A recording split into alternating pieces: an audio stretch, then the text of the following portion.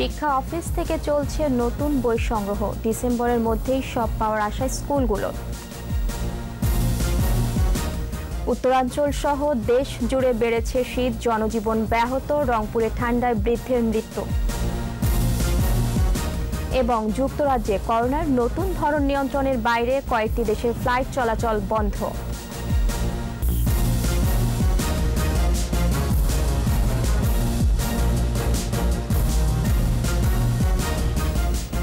শুনছিলেন first security ইসলামী bank limited সংবাদ শিরোনাম।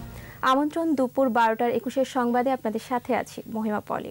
দর্শক, 21 টেলিভিশনের সংবাদ একই সাথে সরাসরি দেখতে পাবেন আমাদের ফেসবুক পেজ www.facebook.com/2124 অনলাইনে। রাজধানীতে থানা শিক্ষা অফিস থেকে বই সংগ্রহ করছে স্কুলগুলো। একদিনে সব শ্রেণীর বই না পেলেও ডিসেম্বরের মধ্যেই সব বই পাওয়ার আশা করছেন শিক্ষকরা। শিক্ষা অফিসের কর্মকর্তারা বলছেন, বই আসা মাত্রই স্কুলের প্রতিনিধিদের ডেকে দিয়ে দেয়া হচ্ছে। মফিউর রহমানের রিপোর্ট। থানা শিক্ষা অফিসের গুদামে থরে থরে সাজানো নতুন বই। বিভিন্ন স্কুলের শিক্ষক অপেক্ষা করছেন বই সংগ্রহ করার জন্য। শিক্ষা অফিসের কর্মী ও শিক্ষক সকলেই ব্যস্ত। বই পেলেই তোলা হচ্ছে ট্রাকে, কেউ ট্রাকের অপেক্ষায় আছেন। নতুন বই চলে যাচ্ছে বিভিন্ন স্কুলে। বই সংগ্রহ করতে আসা শিক্ষকরা বলছেন, করোনার কারণে একটু দেরিতেই বই সংগ্রহ করতে হচ্ছে, তবে কোনো অসুবিধা হচ্ছে না বলেও জানান তারা। 6 থেকে 9 পর্যন্ত বই সংগ্রহ করতে আসছি, তবে আজকে 6 এবং 8 এর বই পেয়েছে। এখান থেকে বই নিব 2 দিনে, একদিনে নেওয়া সম্ভব হচ্ছে না। তারা বলছে গোডাউনের কিছুটা সংকলন আছে। শিক্ষা অফিসের কর্মকর্তারা বলছেন, এরই মধ্যে বেশিরভাগ বিষয়ের বই স্কুলগুলোকে দিয়ে দেওয়া হয়েছে। যথাসময়ে তারা বই পাবে, আমরাও তাদের প্রেস আমাদেরকে আশ্বাস দিচ্ছে, আর আমরাও তাদেরকে বলছি যে তারাও যথাসময়ে ইনশাল্লাহ বই পেয়ে যাবে। এবার বইয়ের মানের সাথে কোনো আপোষ করা হচ্ছে না বলে জানিয়েছে জাতীয় শিক্ষাক্রম ও পাঠ্যপুস্তক বোর্ড। মফিউর রহমান, 21 টেলিভিশন, ঢাকা। উত্তরাঞ্চল সহ দেশের বিভিন্ন জেলায় বেড়েছে শীতের তীব্রতা, বয়ে যাচ্ছে মৃদু শৈত্যপ্রবাহ। সর্বনিম্ন তাপমাত্রা তেঁতুলিয়ায় 7.5 ডিগ্রি সেলসিয়াস। রংপুরে ঠান্ডায় এক বৃদ্ধের মৃত্যু হয়েছে।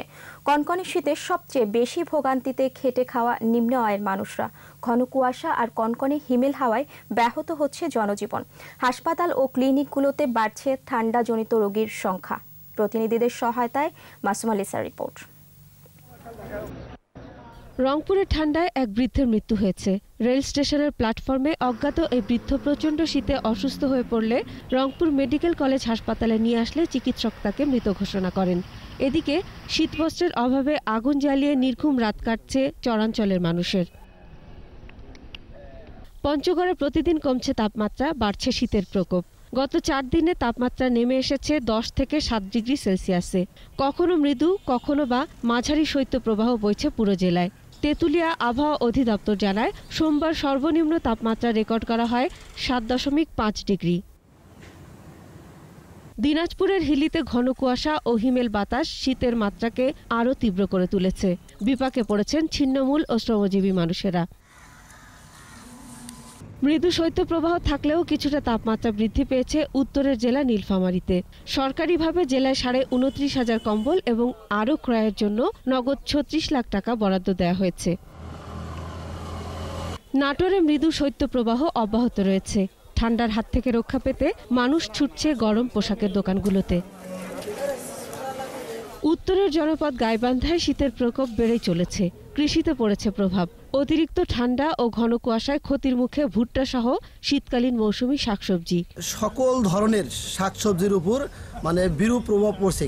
ঠান্ডার দাপটে বিপর্যস্ত সীমান্তবর্তী লালমনিরহাটের স্বাভাবিক জনজীবন। বিশেষ করে চরাঞ্চলে মানুষ বেশ বিপাকে। ঠান্ডার কারণে গবাদি পশু পালনেও হিমশিম খেতে হচ্ছে তাদের। দুপুরে আগুন পোয়াতে যায়, কাজকর্ম কখন কি খাই, কিভাবে চলাফেরা করি। ঠান্ডাতে ঘরটি বেরোয় না, কামাই তো করার লাগে, কি খাই। বুড়া মানুষ আমরা কাজ কামাই তো কিছু করবাই না। খুলনায় শীত যত বাড়ছে ততই বাড়ছে নিউমোনিয়া, শ্বাসকষ্ট ও ঠান্ডাজনিত কারণে ডায়রিয়া সহ নানা রোগ। আক্রান্ত বেশি হচ্ছে শিশুরা। প্রায় 30 থেকে 40% রোগী শ্বাসকষ্ট, সর্দি, কাশি, জ্বর এগুলো নিয়ে আসছে। বলছে বুকে নিউমোনিয়া হয়েছে, পাতলা পায়খানা করতেছে। রাজবাড়ীতে গত কয়েকদিন ধরে শীতের তীব্রতা বেড়েছে। সেই সঙ্গে হাসপাতালে বেড়েছে ঠান্ডাজনিত কারণে রোগীদের ভিড়। মাসুম আলিসা, একুশে টেলিভিশন। ঝালকাঠিতে আদালত চত্বরে নির্যাতিত তরুণীকে বিয়ে করে জামিন পেয়েছে ধর্ষণ মামলার আসামি নাইম সর্দার। অবকাশকালীন জেলা ও দায়রা জজ মোহাম্মদ শহীদুল্লাহর নির্দেশে দুই পক্ষের উপস্থিতিতে এ বিয়ে হয়। ঝালকাঠির পাবলিক প্রসিকিউটর বিয়ের বিষয়টি নিশ্চিত করেছেন। জেলার বালিখোনা গ্রামের আরজু আক্তার গত ৮ নভেম্বর তাকে ধর্ষণ করা হয়েছে জানিয়ে নারী ও শিশু নির্যাতন দমন ট্রাইব্যুনালে মামলা করেন। এরপর আসামির বাবা ছেলেকে ঝালকাঠি থানায় সোপর্দ করেন। জামিন শুনানির সময় আসামি ভিকটিমকে বিয়ের আগ্রহ প্রকাশ করলে এবং নির্যাতিত পক্ষ প্রস্তাবে রাজি হলে বিচারক আদালত চত্বরেই ৫ লাখ টাকা দেনমোহরে বিয়ের নির্দেশ দেন। মরমী গায়ক হাসন রাজার ১৬৬তম জন্মবার্ষিকী আজ। এই উপলক্ষে জেলা শিল্পকলা একাডেমি ৫ দিনব্যাপী ভার্চুয়াল সাংস্কৃতিক অনুষ্ঠান আয়োজন করেছে। ১৮৫৪ সালের ২১ ডিসেম্বর সুনামগঞ্জ শহরের লক্ষণশ্রীর ধনাঢ্য জমিদার পরিবারে জন্ম নেন তিনি। ১৯২২ সালের ৬ ডিসেম্বর মৃত্যুবরণ করেন তিনি। এই মরমী গায়ক প্রায় কয়েকশো গান রচনা করেন। তার জীবন দর্শন ও গানের চর্চা সাধারণ মানুষের কাছে পৌঁছে দিতে হাসন রাজা একাডেমি স্থাপনের দাবি সংস্কৃতি কর্মীদের।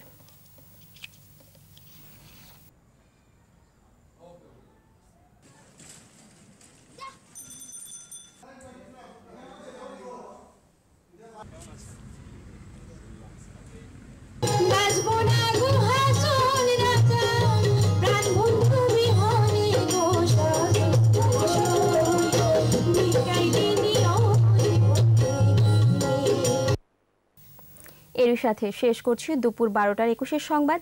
যাবার আগে ফার্স্ট সিকিউরিটি ইসলামী ব্যাংক লিমিটেড সংবাদ শিরোনামগুলো জানাবো আরও একবার। শিক্ষা অফিস থেকে চলছে নতুন বই সংগ্রহ, ডিসেম্বরের মধ্যেই সব পাওয়ার আশা স্কুলগুলোর। উত্তরাঞ্চল সহ দেশ জুড়ে বেড়েছে শীত, জনজীবন ব্যাহত, রংপুরে ঠান্ডায় বৃদ্ধের মৃত্যু। এবং যুক্তরাজ্যে করোনার নতুন ধরন নিয়ন্ত্রণের বাইরে, কয়েকটি দেশের ফ্লাইট চলাচল বন্ধ।